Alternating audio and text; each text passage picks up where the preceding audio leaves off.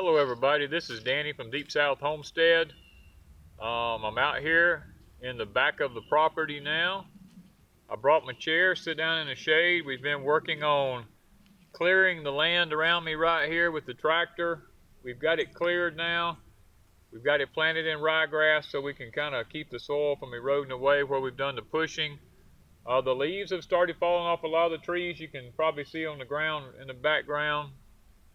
But what we're doing today, we're fixing to start a series on the cabin life and what it takes to achieve that goal in life. Now, ever since I bought this property back in 1995, I've had a dream of having a cabin on this hill back here. Now, behind me back here was where I was originally going to put it, but since we've got the tractor, I was able to push this part of the land in here behind me and clean it up, and I really like this spot better because the trees are evenly spaced. As a matter of fact, it looks like they were planted specifically for putting a cabin right here in the middle of this spot. And that's one of the things I want to talk to you about is when you go on this journey of wanting to live off the land and on a little cabin in the woods or something like that, there's a little bit more to it from a contractor's perspective than just buying a cabin or building a cabin or purchasing a piece of land. You want to try to make sure you get the right location, because it's just like with real estate or anything else. It's all about location. Now, where we're at right here, I have a fantastic view from here. This is one of the highest peaks on the property. It overlooks a very steep hollow there behind my house. It overlooks the back of my home. It overlooks all my land, and it's completely shaded where it's at. Now, and it's not on a bad hillside. I mean, it's not level right here, but it's not that bad unlevel. So you want to try to pick a location where you got a good view. There's good airflow here. It's kind of secluded back here. You know, things could change. The property next to me back here could sell. Something could happen. But right now, you know, it is what it is, and it's what I have available. Now, you want to make sure that you choose the right location. If this is going to be your dream place, don't just settle. Take your time. Look for the right location. Now, one of the other things I want to talk about is not only is location, but I want to bring into perspective the fact of how will you build your cabin? Will you purchase a building? Will you buy a kit? Will you build it yourself? I mean, there's lots of options there. You know, me being in the construction business all my life, there's nothing I would love any more than to build my own cabin. But guys, due to my age, my health, and so many things going on right now with my family, with my dad and everything like that, I really do not have the capacity right now to build my own. So what has happened is here, Wanda and I have actually began to go to different locations where they have these, they call them sheds, but they're convertible. People are buying them for weekend houses and weekend cabins, camps, and stuff like to put on rivers and stuff. And Wanda and I have begun to go around and start looking at those because that seems to be one of the directions that we're going to have to go in. It is a instant building to be put in here. Now, it won't be complete. It's just 4 walls and a roof and a floor. The outside's completed. It's dried in. But what we're going to be planning on doing is taking one of these sheds and we're going to be putting a wraparound porch around it. We're going to be putting a fireplace in and some different things like that. Now, one of the things that a person needs to keep in mind is the size. Now, I'm not a tiny house person. I don't think they're feasible. Uh, they may be for some people. Let me say that. I'm just not one of them. But now we're looking at a building right now. We've narrowed it down pretty much to one particular building. It's 16 feet wide and it's 32 feet long, 28 to 32, somewhere in that area. And it seems to be that we can put one nice sized bedroom in it, one good bathroom in it, and the rest can be a living room and a kitchen, which is all we need. And then we were talking about putting the wraparound porch around it, which will be plenty of sitting area. We're thinking about maybe screening in a portion of that porch to have a place to sit at in the evening time. And we're going to go ahead, when we purchase this building, we're going to go ahead and wire it because we're going to fix it up where it can be generator ready, or you can have the off-grid experience because we're going to do a composting toilet in it. We're not going to put a septic system and all that kind of stuff in. We're just going to do the composting toilet. We probably may do the rain catchment system for water and a filtration system. Those are some things down the road, but right now we want to make sure we get the right size building. And what we've done here is we've measured off the place we have right here. And if we go with a 16 by 30 or 32, then it will fit in this location really nice. Even with an 8-foot porch around it, we can get it in here. Now, I've already talked to the people at the building supply place where these little houses are at. They've already told me to pick out where I want the windows. And see, this is another thing I want you to think about, is going ahead and pre-designing what it is that you want, with keeping in mind the sizes that these companies use. Now, they usually go in 2-foot increments. They go 12 feet wide, 14 wide, and 16 feet wide. They go anywhere from 12 feet long to, I've seen them up as high as 50 feet long in 2-foot increments.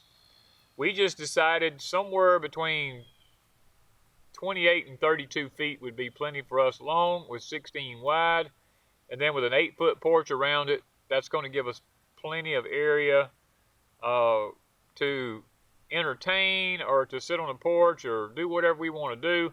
Because you see, in the South where we live at, there's lots of things that we have to take into consideration.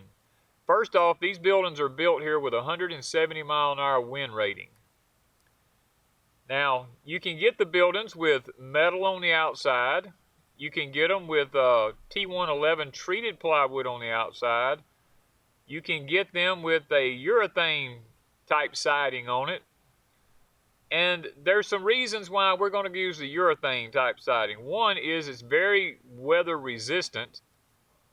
And when you use the urethane type siding, you don't have to have a house wrap around it. Now, if you do the metal down here, the metal buildings on the walls and stuff, they require that you use some sort of vapor barrier between the metal and the woods, and notify them ahead of time and tell them before they build your building. Because if you go to insulate the walls on the inside and close them up and you have metal on the outside, because of the high heat and the difference of the inside temperature you're keeping the cabin, the metal will actually sweat on the inside, causing a mold issue. So you want to make sure, if you talk to them, that you get a vapor barrier put between the metal and the walls if you decide you want the metal look. Now, we almost decided on a metal look for durability. But me being the person that I am, I like the traditional wood look, and that's kind of what we're deciding toward. It's not really that much more expensive to go with the wood. And plus, it's going to be underneath porches, and it probably will never need any maintenance as far as going back and reworking it like it would if it was exposed to the sun.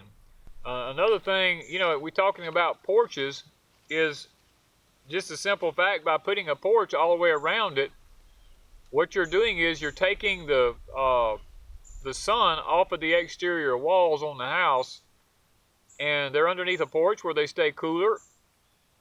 So therefore, heating and cooling will not be as difficult.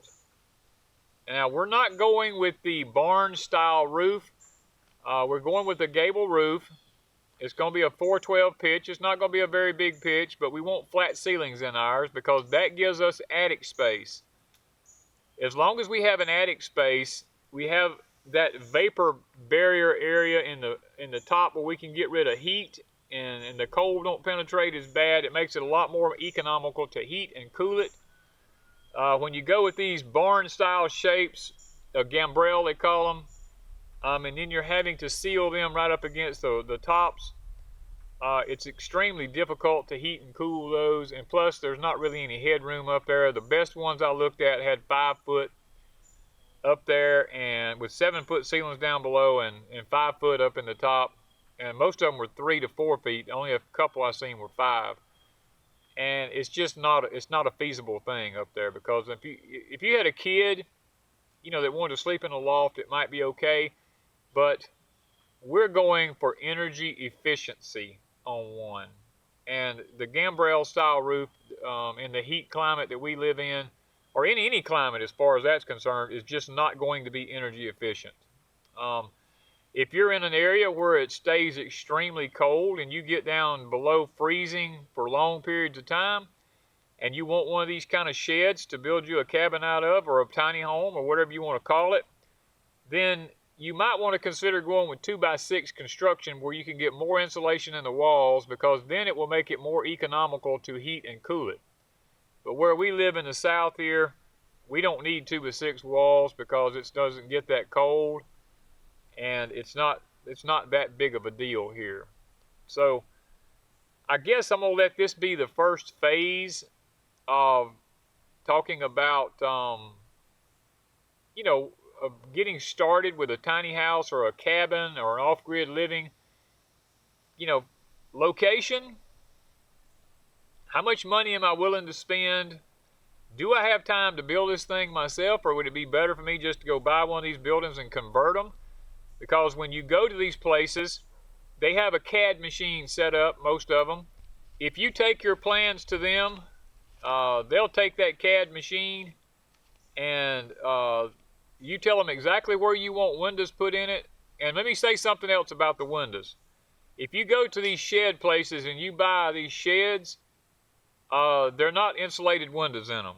I have not found one with an insulated window, although they told me that if I wanted insulated windows in it and I wanted to make a cabin out of it, to bring my windows to them and they would put them in for me. So that's probably what Wanda and I will do, is we'll purchase our own windows to put in them. Now, you know, you want to make sure of design. Make sure that the windows and doors are where you want them at. And then make sure whether or not you have accessibility to get one into your property. Now, to be able to get where we're going to put one at here, I had to take the tractor and do a lot of pushing. I had to push up some timber and stuff like that in order to create a wide enough path to get that thing down through the woods here and get it in here. And most of them, all they do is set them up on wooden blocks. Now, we're going to be coming in here, we're going to be putting some concrete pads down and shooting with a transit. We're going to shoot them level. We're going to take the dimensions off of the building and we're going to lay these things out so that when they get here, we can put ours up on concrete blocks with termite shields on them. There's all these things that you need to take into consideration if you're going to use one of these sheds to convert into a cabin. First of all, they don't have insulated windows. If you get a metal one, you're going to need some kind of house wrap put around it for a vapor barrier. There's all this stuff that you have to take into consideration, guys. So I want to make this a series. I don't want to try to talk about all of it in one video. So I'm probably going to stop here and we're going to pick up again later with the next phase of where to go with these tiny houses and cabins, and some things to take into consideration as far as when it comes to purchasing and setting up and stuff like that. Wanda and I may even take you on a little trip in one of the videos to show you some of them that we've looked at and some of the pros and some of the cons of them. So With that being said, thank you from Deep South Homestead.